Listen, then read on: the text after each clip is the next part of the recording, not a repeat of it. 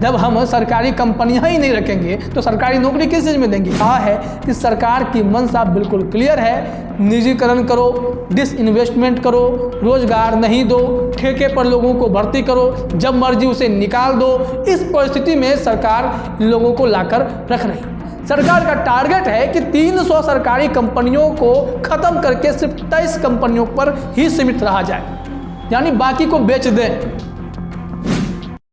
नमस्ते, मैं हूं रंजीत झा और आप देख रहे हैं ट्रस्ट न्यूज। आज मुद्दा बहुत खास है, युवाओं से जुड़ा हुआ है और सरकार से भी ये मुद्दा जुड़ा हुआ है।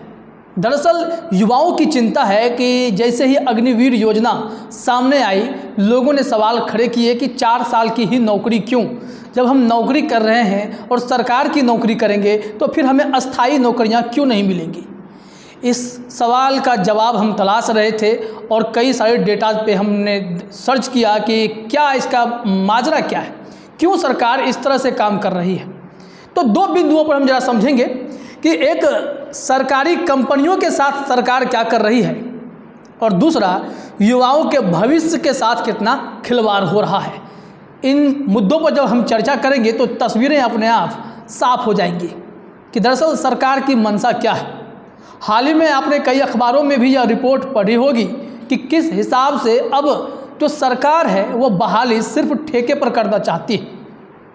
और अघोषित निजीकरण की जब हम बात करते हैं, प्राइवेटाइजेशन की जब हम बात करते हैं, तो कहीं ना कहीं मुद्दा इसी से कनेक्ट होता है कि कैसे कि हम लोग बढ़ते जा रहे हैं प्राइवेटाइजेशन की ओर। सरकार की मंशा क्या है? सरकार एक शब्द जानती है, विनिवेश, जिसे इंग्लिश में हम लोग कहते हैं डिसइन्वेस्टमेंट। डिसइन्वेस्टमेंट का ये पूरा खेल है और उसके साथ ही साथ युवाओं का भविष्य भी इसमें पिसता नजर आ रहा है। हम अस्थायी नौकरियों पर भी चर्चा करेंगे और ठेके की नौकरियों पर भी चर्चा करते हैं। फिर हम बात करेंगे कि इसके पीछे का कारण क्या है। सरकार कब से इस योजना पे काम कर रही है, इस प्लानिंग पर काम कर रही है कि आप जैसे और हम जैसे युवा अगर नौकरी की तलाश करने जाएंगे तो हाथ में सिर्फ कॉन्ट्रैक्ट वाला फॉर्म मिलेगा, कहीं 4 साल की नौकरी मिलेगी, कहीं 3 साल की, और फिर नौकरी की जॉब सिक्योरिटी की जब हम बात करते हैं वो भी है कि नहीं, इसको लेकर के कोई आपको ठोस कुछ नहीं मिल पाएगा। एक जानकारी यह आई है कि सबसे बड़ी बहाली करने वाले हमारे पास जो आयोग हैं वो यूपीएससी और एसएससी की बात हम लोग करते हैं। यूपीएससी ने जो 2012 में 6,863 बहाली करने का अपना वो एक डेटा दिखाया था यूपीएससी ने, वह अब घटते घटते जब हम 2021 में आए हैं तो 3,986, यानी आधे। और फिर हम केंद्र सरकार के जब हम कर्मियों की बात करते हैं कि अस्थाई कितने हैं, परमानेंट वाले जिसको नियमित बहाली करते हैं, या फिर उनकी बात करते हैं कि जो ठेके पर कितने आ गए, कॉन्ट्रैक्ट पर, संविदा पर कितने लोग आ गए, तो बताया जा रहा है कि बीते 2 सालों में ही उसके पीछे एक वजह दी गई कि कोरोना का समय आया और सरकार ने आउटसोर्सिंग पर फोकस किया और नतीजा यह हुआ कि 2 साल में ही सरकारी कंपनियों में भी जो है ठेके पर कर्मी डबल हो गए काम करने वाले। इसको लेकर के आंकड़ा है, लेकिन एक आंकड़ा ये भी जान लीजिए, मैंने आपको यूपीएससी के बारे में बताया कि सीधे 2012 के बाद आगे 10 साल के बाद हमारे यहाँ भर्ती लेने की जो परंपरा है वो घट करके आधी हो गई है। मतलब हम आधे युवा को भी अब भर्ती नहीं कर पा रहे हैं, कैपेसिटी बढ़नी चाहिए वो घट गई है अस्थायी पदों पर नौकरी की बात करते हैं तो। और एसएससी ने भी कमोबेश वही किया है। पहले 83 से 85 हज़ार तक का आंकड़ा 2012 में दिखाया गया था, जो अब घट करके 68 हज़ार पे आ गया है। बीच बीच में तो बहुत ही बुरा हाल है, कभी कभी तो 14,000 15,000 भी बहालियाँ हुई हैं, 16,000 इस तरह की भी बहालियाँ हुई है किसी किसी साल में। तो ये चौंकाने वाली बात है कि जो भर्तियाँ नियमित तौर पे रेगुलर तौर पे होनी चाहिए थी वो तमाम बहालियों में जो है पूरा खेल चल रहा है कि अगर आपके पास जो पद सृजित हैं, जाहिर तौर पर लोग रिटायर होते हैं तो नई बहाली होगी, या फिर उस ज़रूरत के हिसाब से भी लोग बहाली निकालते रहते हैं। तो यूपीएससी हो या एसएससी हो, यहाँ पर भी जो है बहाली की संख्या जो है लगातार घटती जा रही है, वैकेंसीज कम हो रहे हैं, इतने ही कम लोगों को बहाल किया जा रहा है। जो एक आंकड़ा आया है उसको जरा समझिए कि केंद्र से राज्य तक में अस्थायी कर्मियों की जगह ठेका कर्मी जगह ले रहे हैं। अस्थायी कर्मी जो घट रहे हैं वो पद धीरे धीरे खत्म होते जा रहे हैं। इससे पहले भी हमने आपको एक बिहार सरकार में शिक्षक बहाली प्रक्रिया का उदाहरण देकर समझाने की मैंने कोशिश की थी। उसमें आप समझे होंगे कि कैसे कि यह पद खत्म होकर के सिर्फ अब नियोजित शिक्षक बचते जा रहे हैं। 2020 के मुकाबले में बताया जा रहा है कि 2021 में 27% कम रेगुलर भर्तियां हुई हैं। यानी अगर जो ये बताया जा रहा है कि 2020 में 1.19 लाख अस्थाई नौकरी सरकार दी थी, तो वो अब घट करके 87,423 रह गई है। ये केंद्र सरकार की बात है। अगर हम इसको एवरेज में देखते हैं तो 2017 में यही केंद्र सरकार 11,000 अस्थाई नौकरियां प्रत्येक महीना एवरेज में देखें तो दे रही थी, जो कि 2020 आते आते घट करके 7,285 रह गई है। राज्य सरकार की बात करें तो राज्य सरकार के बारे में कहा जा रहा है कि एवरेज की बात करें तो 45,000 बहालियाँ पूरे स्टेट हम सबको मिला लेते हैं तो 45,000 बहालियाँ हो रही थी, जो कि अब 2020 आते आते ये घटकर 32,421 रह गए हैं। श्रम मंत्रालय के अनुसार यह बताया जा रहा है कि 2019 में जो ठेके पर केंद्र सरकार के उपक्रम में जो कुल कर्मी काम कर रहे थे ठेके पर, वो 13.64 लाख थे, लेकिन अब 2021 आते आते यह बढ़ करके 24.5 लाख के आसपास पहुंच रहे हैं, 24.31, जो अब और बढ़ गया होगा। ये स्थिति है। मैंने इसके लिए बताया कि जो बढ़ने का कारण जो बताया जा रहा है कि नियमित बहालियां नहीं हो सकी कोरोना के कारण, तो आउटसोर्सिंग पर सरकार ने फोकस किया और इसका चस्का शायद सरकार को लग गया है। उनको लगता है कि सब कुछ ठीक है। PSU यानी पब्लिक सेक्टर अंडरटेकिंग्स जो होते हैं, जो सरकार की संपत्तियां हैं, उसमें बहाली की जब बात होती है, केंद्रीय उपक्रम में बहाली की बात होती है, उसमें भी यह देखा गया कि 2016 में 2.68 लाख ठेका कर्मी मतलब संविदा वाले काम कर रहे थे कॉन्ट्रैक्ट पर, और वह 2020 आते आते 5 लाख के आसपास पहुंच गया। तो यहाँ भी आंकड़ा दोगुना होता जा रहा है। ठेका कर्मी जो है लगातार बढ़ रहे हैं। तो इस आंकड़े से आप चीज़ों को तौलिए, समझिए, फिर आपको पता चलेगा कि क्या स्थिति। यही चीज़ मैं देख रहा था कि केंद्रीय उपक्रम में यह दिखाया गया है कि हर साल एवरेज 8% अस्थायी कर्मी घट रहे हैं।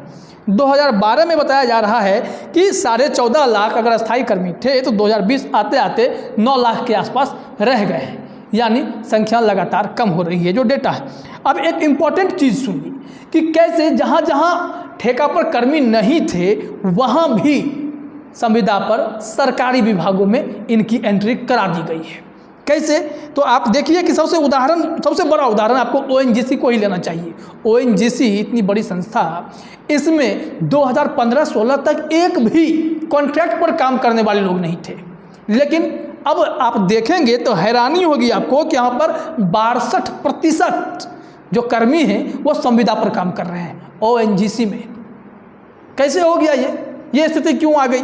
उसके बाद इंडियन ऑयल की हम बात कर रहे हैं। इंडियन ऑयल में 1.06 लाख कर्मचारी काम कर रहे हैं, जिसमें से 73,000 से अधिक कर्मचारी ठेके पर काम कर रहे हैं, यानी कॉन्ट्रैक्ट पर काम कर रहे हैं। 69% अगर परसेंटेज में बात करते हैं। भारत पेट्रोलियम की बात कर लीजिए, यहाँ पर 28,923 ठेका कर्मी यहाँ पर काम कर रहे हैं। मतलब इसके बारे में बताया जा रहा है 72%, यानी कुल आंकड़े को अगर आप देखते जाए तो कहीं पे 72% कॉन्ट्रैक्ट पे काम कर रहे हैं, कहीं 69% काम कर रहे हैं। जहाँ पर नहीं भी था वहाँ पर भी एंट्री करा दी गई। ये पूरी परिस्थिति, ये सब रिपोर्ट लोकसभा में पेश भी किया गया था और सरकार बड़े शान से पेश भी कर देती है। अब बात करते हैं कि इसके पीछे की वजह, युवाओं को नौकरी कैसे मिलेगी जब चीज़ें कॉन्ट्रैक्ट पर जाने लगेंगी, सब कुछ अस्थाई नहीं रह के अस्थाई हो जाएगा। हर समय आपको इस बात की चिंता है कि हमने इतनी मेहनत करके एक जॉब भी हासिल कर लिया और उस जॉब के लिए भी जॉब की गारंटी नहीं है, कैसे काम चलेगा? तो एक मैंने आपको बताया कि विनिवेश, डिसइन्वेस्टमेंट सरकार कर रही है लगातार। वो इसलिए कर रही है कि सरकार अपना राजस्व घाटा कम करना चाहती है। डिसइन्वेस्टमेंट से अगर आप ये सोच रहे हैं कि सरकारी संपत्तियों को बेच करके या उसमें अपने हिस्सेदारी बेच करके सरकार यह चाहती है कि उस पैसे से देश का विकास करेंगे या युवाओं के लिए रोजगार सृजित करेंगे या फिर किसी चीज़ में डेवलपमेंट के कार्य में लगाएंगे, तो यहाँ आप चूक रहे हैं। क्योंकि जो आंकड़े कहते हैं कि सरकार जितना भी डिसइन्वेस्टमेंट से अर्न करती है वह पैसा राजस्व घाटा की क्षतिपूर्ति में ही लगाया जा रहा है।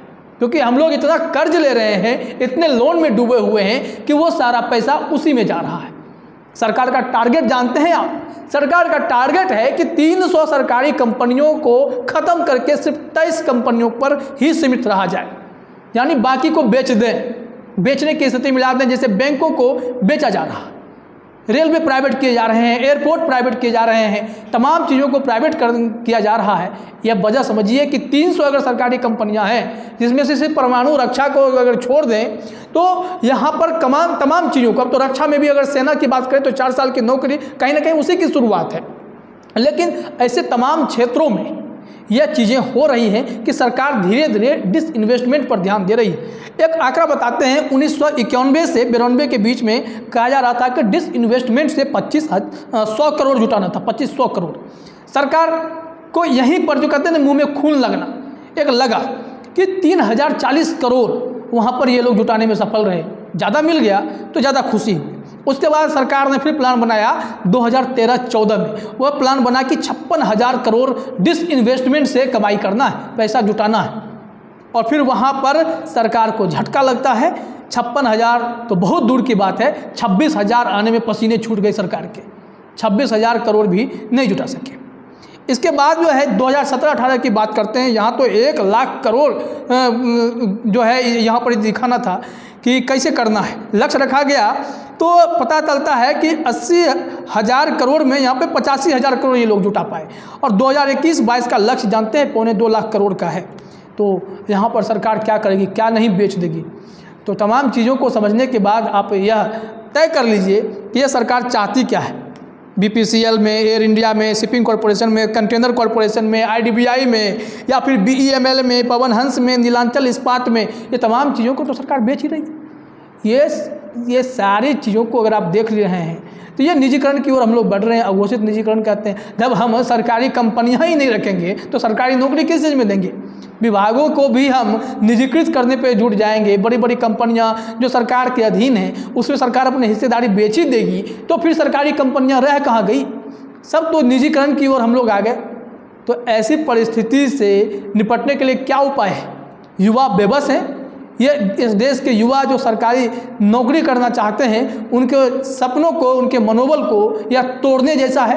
पूरे परिस्थिति को आप देख पा रहे हैं। यह समीकरण यही कह रहा है कि सरकार की मंशा बिल्कुल क्लियर है। निजीकरण करो, डिसइन्वेस्टमेंट करो, रोजगार नहीं दो, ठेके पर लोगों को भर्ती करो, जब मर्जी उसे निकाल दो। इस परिस्थिति में सरकार इन लोगों को लाकर रख रही। डिसइन्वेस्टमेंट से सिर्फ और सिर्फ सरकार अपने घाटा को भरने में काम कर रही है। उस पैसे से जो पैसे अर्न हो रहे हैं उसका सरकार कहीं भी इस्तेमाल विकास कार्यों में नहीं कर पा रही है। तो इससे अलर्ट हो जाना ज़रूरी है, क्योंकि बड़ी बड़ी संस्थाओं में अगर ठेके पर ही लोग काम करेंगे तो फिर अस्थायी नौकरी जैसे शब्द ही खत्म कर दिए जाए। फिलहाल इस वीडियो में इतना ही।